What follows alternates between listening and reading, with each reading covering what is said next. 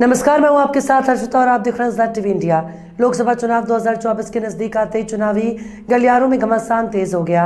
चुनाव को लेकर होटल चौराहों और चाय की दुकानों में सियासी बातें शुरू हो गई।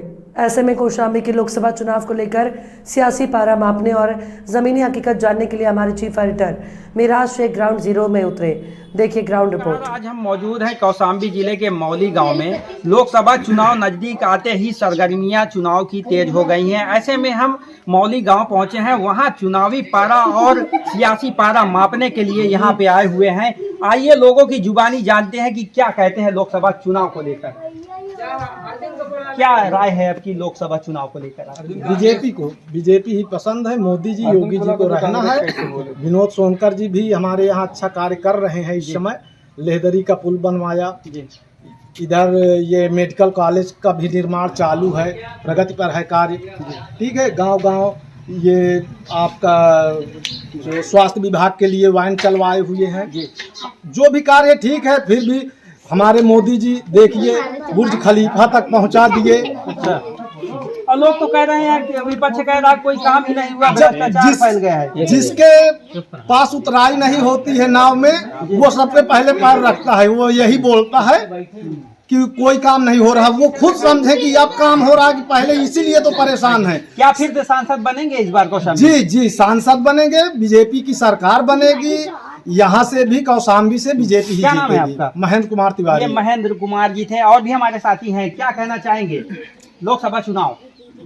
लोकसभा चुनाव के लिए, कौशाम्बी लोकसभा चुनाव के लिए पहले तो ये बीजेपी से जो सांसद माननीय विनोद सोनकर जी, वो 2 पंचवर्षीय से वही सांसद बनते हुए आ रहे हैं।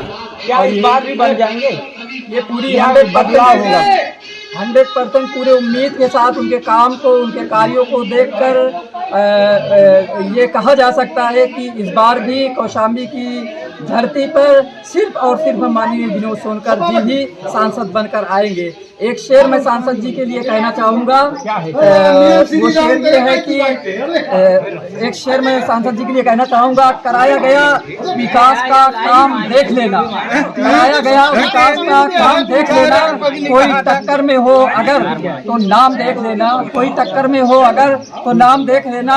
और विनोद सोनकर सांसद जी को कोई हरा नहीं सकता। विनोद सोनकर सांसद जी को कोई हरा नहीं सकता। इस बार भी 2024 का परिणाम देख लेना। इस बार भी 2024 का परिणाम देख लेना। तो क्या ये केवल शेरो शायरी है कि हकीकत है? ये शेरो शायरी नहीं है, ये हकीकत है। कौशाम्बी के विकास को देखते हुए आज कौशाम्बी के अंदर 90 गौशालाओं को बनाया गया है, निर्माण करा के पूरी तरीके से तैयार करवाया गया। ये कौशाम्बी के इतिहास में पहली बार हुआ है जो आवारा पशुओं के लिए गौशाला बनाया गया है। तो इतिहास में पहली बार वो काम कौशाम्बी के अंदर हुए हैं। तो कभी छुट्टा साड़ों से किसान परेशान है। साड़ों के लिए घर बनाए गए, गौशालाएं बनाई गई है। ये हमारी जिम्मेदारी है कि उन गायों को पकड़कर या जो आवारा पशु हैं उनको पकड़कर उनको उनकी जगह पर पहुंचाया जाए। आपका क्या नाम है? मेरा नाम मोहम्मद सैफ रजा हबीबी। सैफ रजा हबीबी यानी मुस्लिम समाज। जी, मुस्लिम समाज। जी, पर चर्चा ये है, लोग कहते हैं कि भाजपा मुस्लिम विरोधी पार्टी है। भारत के अंदर पहली ऐसी पार्टी है जो मुसलमानों के हित के लिए सोचती है। अच्छा। और सिर्फ सोचती ही नहीं है, बड़ा सोच समझ के कह रहे हैं। ये सोच समझ कर नहीं, पूरी जिम्मेदारी के साथ में और भारत की इतिहास पर ध्यान देते हुए 1947 से लेकर आज तक की इतिहास पर कांग्रेस की जो हुकूमतें रही हैं, कांग्रेस की हुकूमत में मुसलमानों को पीछे ढकेलने का काम किया गया है।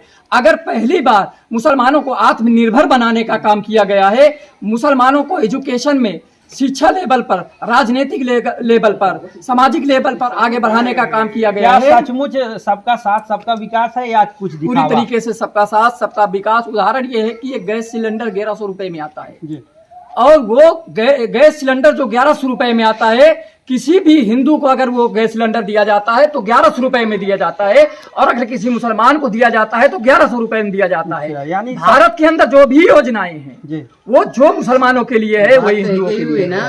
तो सबका साथ। हमारे साथ और भी साथी हैं और साथियों से जानेंगे कि लोकसभा चुनाव को लेकर क्या कहेंगे। भाई क्या माहौल है? लोकसभा चुनाव को लेकर क्या चर्चाएं हैं कौशाम्बी में?